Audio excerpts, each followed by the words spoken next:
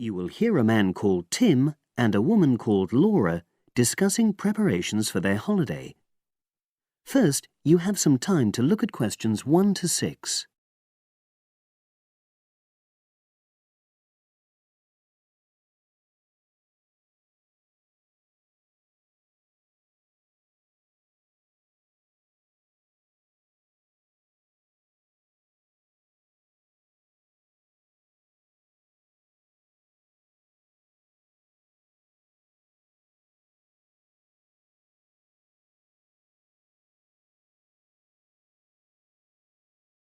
You will see that there is an example which has been done for you.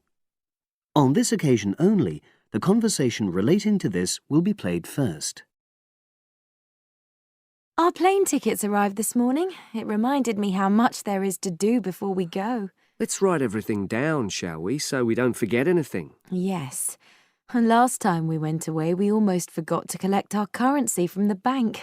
So let's start with that. Laura says that they should collect their currency, so currency has been written in the space. Now we shall begin. You should answer the questions as you listen, because you will not hear the recording a second time. Listen carefully and answer questions 1 to 6. Our plane tickets arrived this morning. It reminded me how much there is to do before we go. Let's write everything down, shall we, so we don't forget anything? Yes. And last time we went away, we almost forgot to collect our currency from the bank. So let's start with that. Good thinking. And wasn't there an appointment you said you'd got to cancel? Yes, the hairdresser. Thanks for reminding me. Can you write that down too? The shop will be closed now, but I'll do it first thing on Monday. OK. Then starting on Tuesday, we've got to take the tablets we got from the pharmacy. We really mustn't forget to do that. We're not protected against malaria till we've been taking them for at least 7 days. No, so that's really important. And what about shopping? There's still a few things we've got to buy the next time we're in town.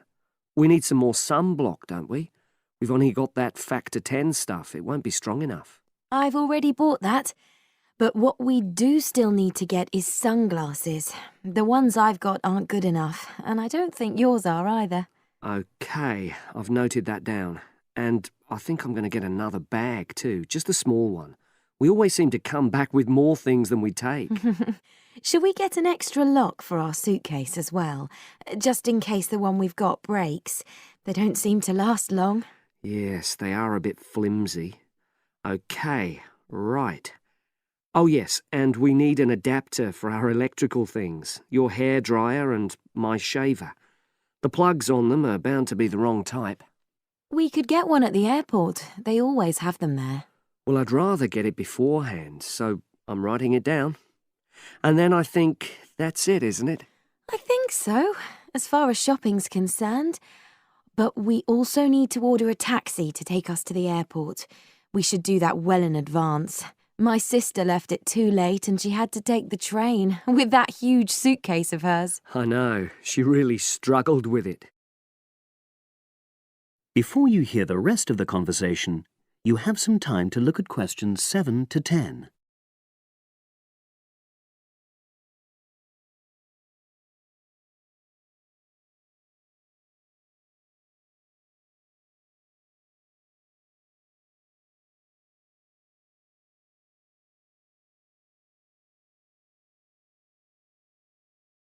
Now listen and answer questions 7 to 10. Now let's see. Your mother said she'd come in regularly while we're away, so what do we want her to do?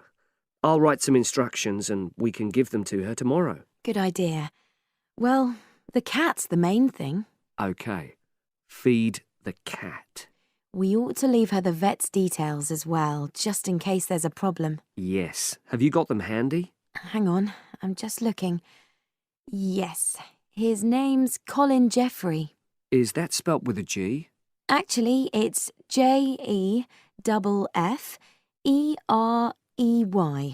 Quite an unusual spelling, isn't it?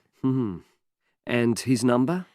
077 594 128.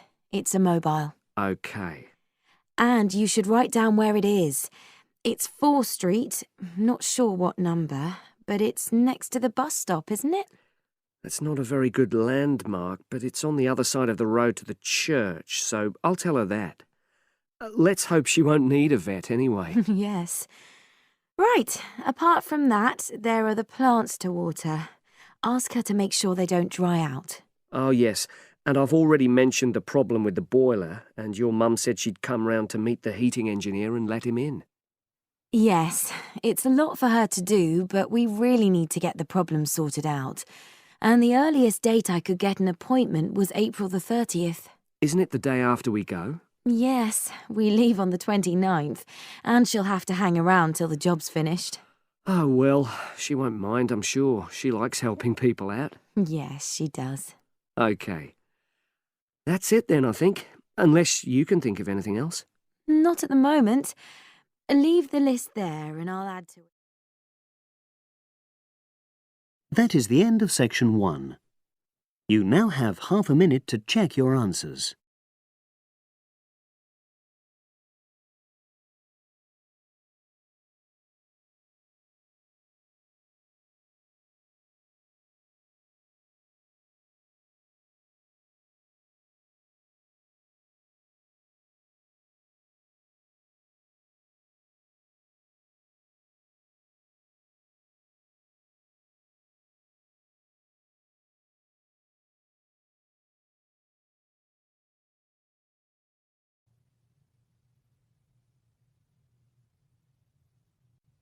Now turn to Section 2. Section 2. You'll hear someone talking to a group of university students. First, you have some time to look at questions 11 to 17.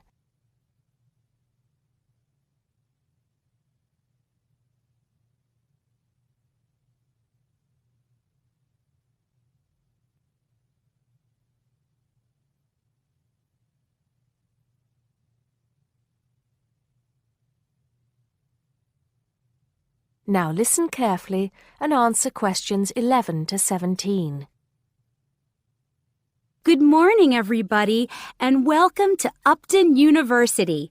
I hope you are settling in and beginning to find your way around.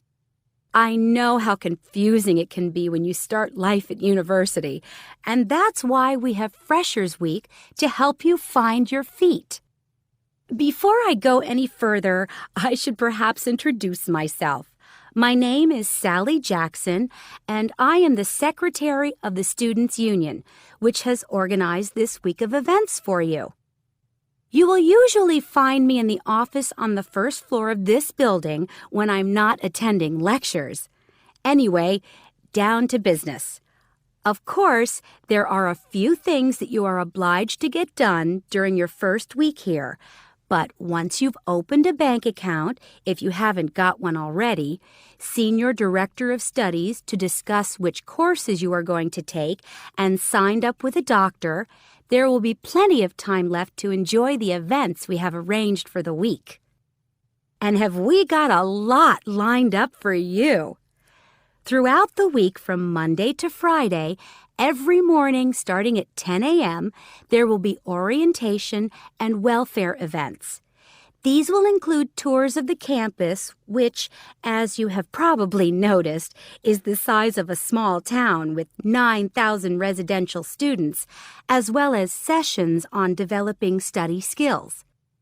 We also have tours of Upton itself arranged for you, with a bus leaving from outside this building every afternoon at 5 o'clock.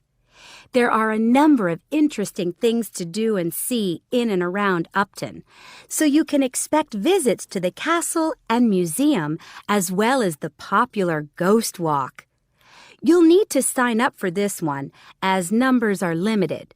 Just put your name on the list on the notice board in the entrance lobby. An important event is scheduled for Monday, that's the day after tomorrow, when we will be holding the academic fair. This is an opportunity for you to speak to students and academic staff about the courses that are on offer. The academic fair starts at 1 o'clock, by the way. There are a couple of other fairs that I think will interest you. First of all, we have the Societies Fair on Tuesday the 16th, which I think is an absolute must. You might not believe it, but the university has over 150 societies and sports clubs you can sign up for, so you are sure to find something of interest to you. That also starts at 1 o'clock, and it will be here in the Union Building. Also in this building is the Trade Fair on Wednesday from 2 until 5 in the afternoon. This one might sound a bit strange because you will find a load of banks and other businesses here trying to get your custom. You will find plenty of bargains and, best of all, a lot of the businesses give away stuff for free. Before you hear the rest of the talk, you have some time to look at questions 18 to 20.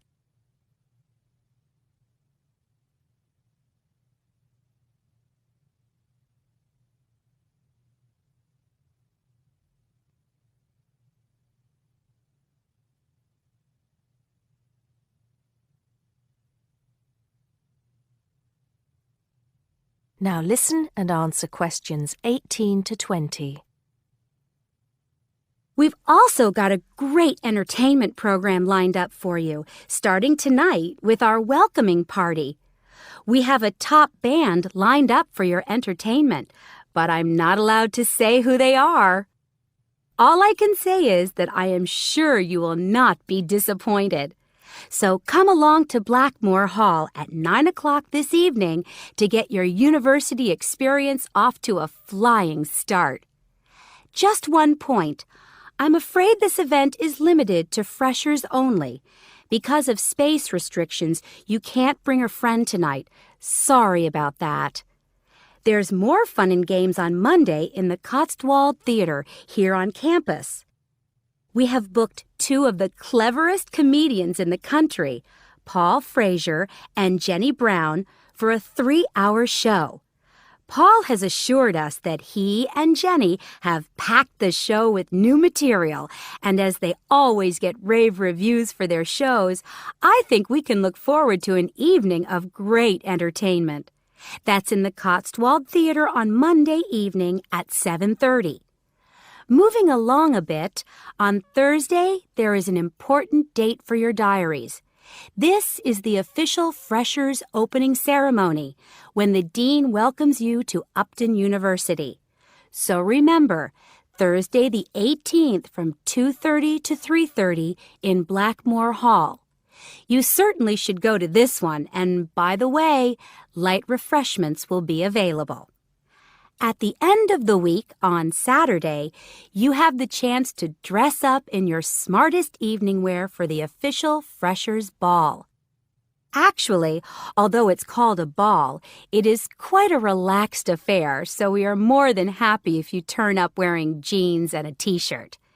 The important thing is to relax and enjoy yourselves. Time and place are the same as for this evening's party. Blackmore Hall from 9 in the evening to 3 o'clock in the morning. Right. I think I've covered the most important and exciting events we have lined up for you, but there will be plenty of other things going on throughout the week, so remember to check the notice board in the entrance lobby regularly. Enjoy the rest of the day, and I look forward to meeting as many of you as possible this evening at the welcoming party. That is the end of Section 2. You now have half a minute to check your answers.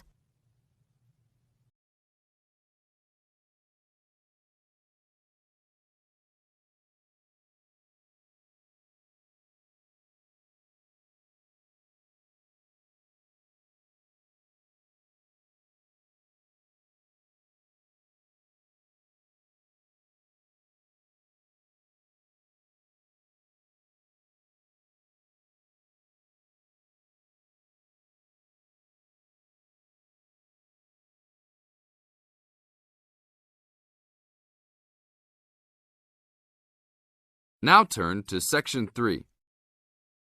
Section 3. You are going to hear a conversation on rivers. First, you have some time to look at questions 21 to 25.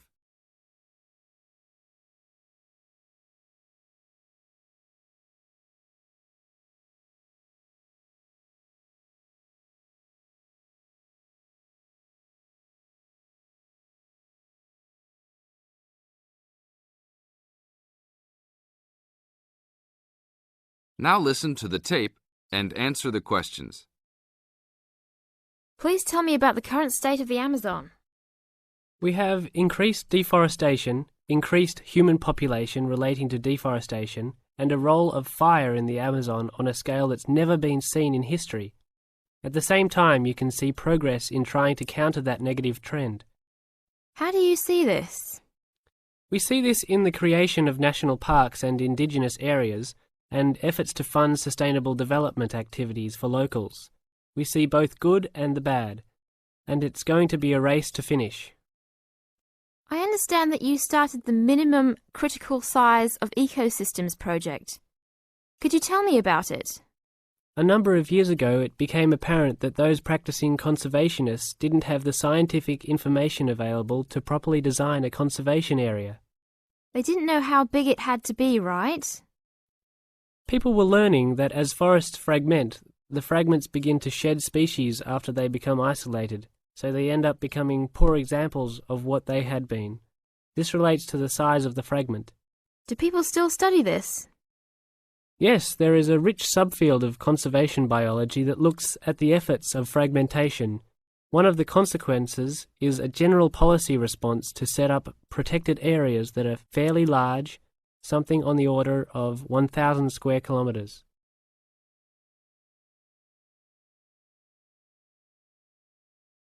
Now look at questions 26 to 30.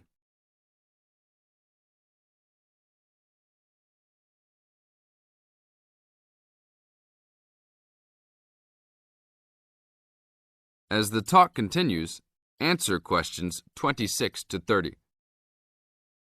Can you talk a little bit more about the forest fragmentation? As habitats are destroyed, they are accompanied by habitat fragmentation. So when 50% of a forest is lost, the remaining 50% being is not one large block, but smaller pieces, which makes the conservation problem even worse than saying that 50% has been lost. And this affects not just forest, but species diversity, correct?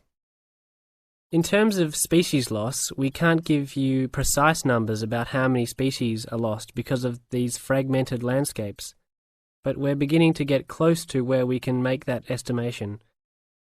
And so one of the policy responses to all of this, beyond just trying to create large protected areas, is to try and reconnect the fragments.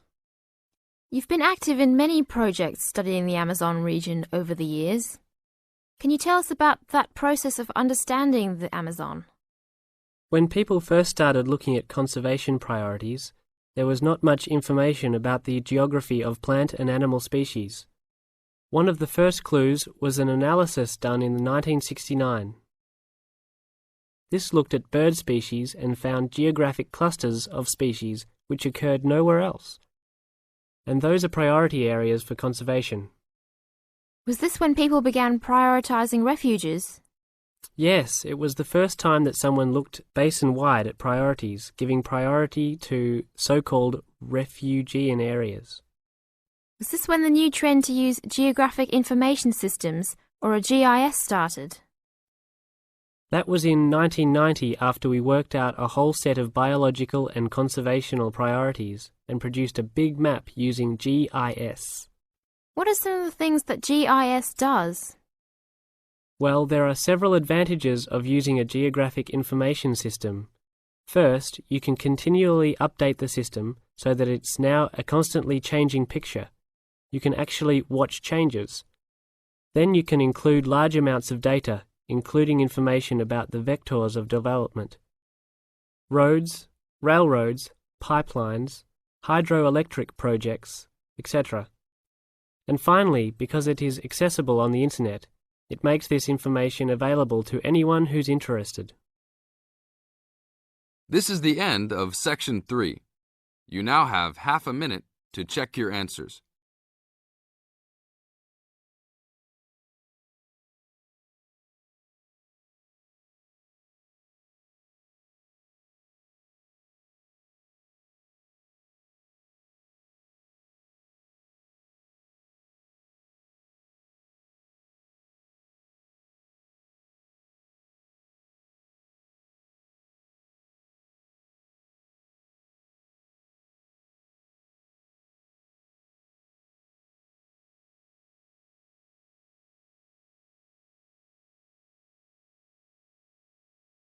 Section 4.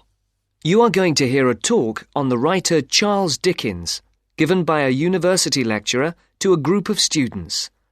First, look at questions 31 to 35. Note the example that has been done for you.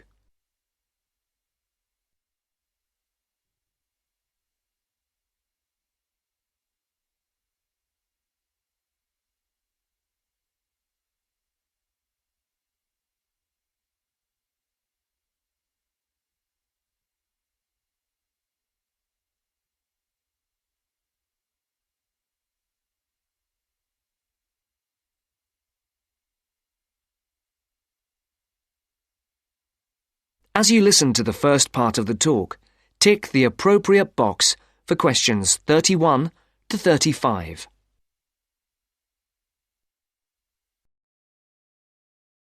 Good morning.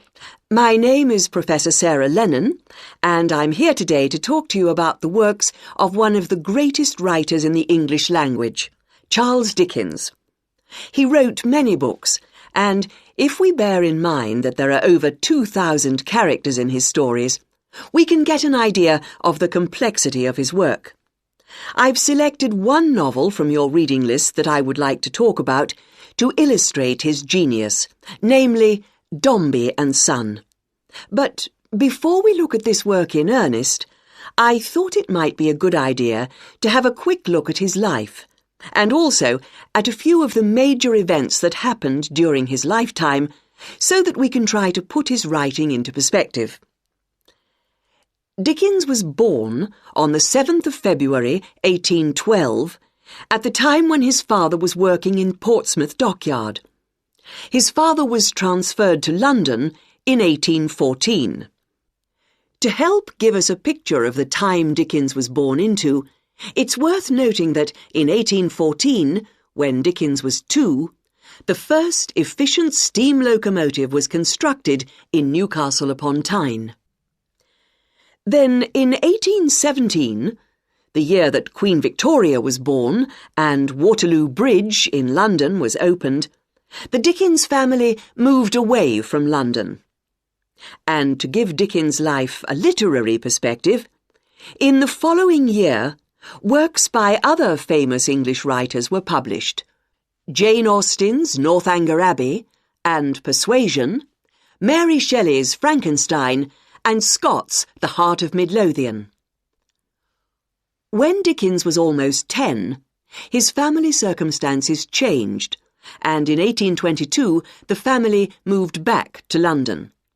In 1824, John Dickens was arrested for debt and imprisoned in the Marshalsea, near London Bridge, in London. This event had a profound effect on Dickens' writing. From 1827, Charles Dickens had various jobs as solicitor's clerk, freelance reporter, and newspaper reporter. Before the speaker continues the talk, look at questions 36 to 40.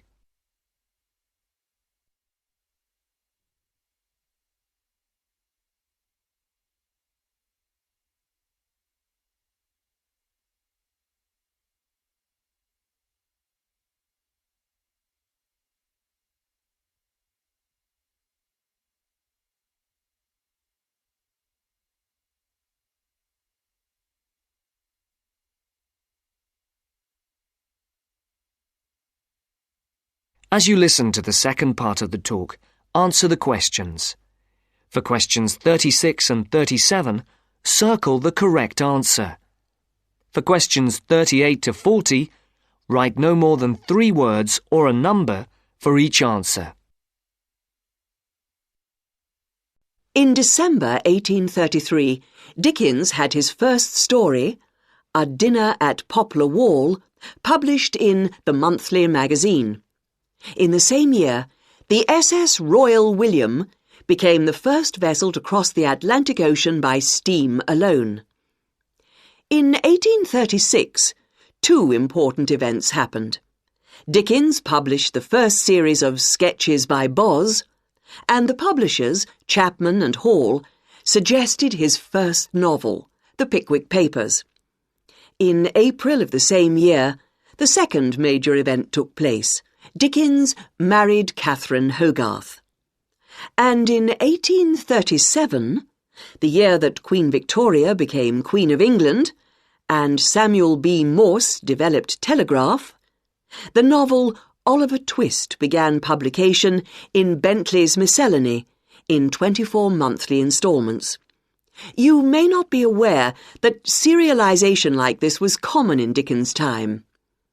In the subsequent year, that is, in 1838, the serialization of Nicholas Nickleby started and appeared in 20 instalments. Dickens' novel The Old Curiosity Shop began serialization in 1840. This was the year the first postage stamp, the penny post, was brought in by Rowland Hill, and the year the first bicycle was produced. The next major publication for Dickens was in 1842, when the first part of Martin Chuzzlewit appeared, and in 1848, Dombey and Son was published. Now, do you have any questions before we go on to look at this work in some depth? No? That's the end of section 4. You now have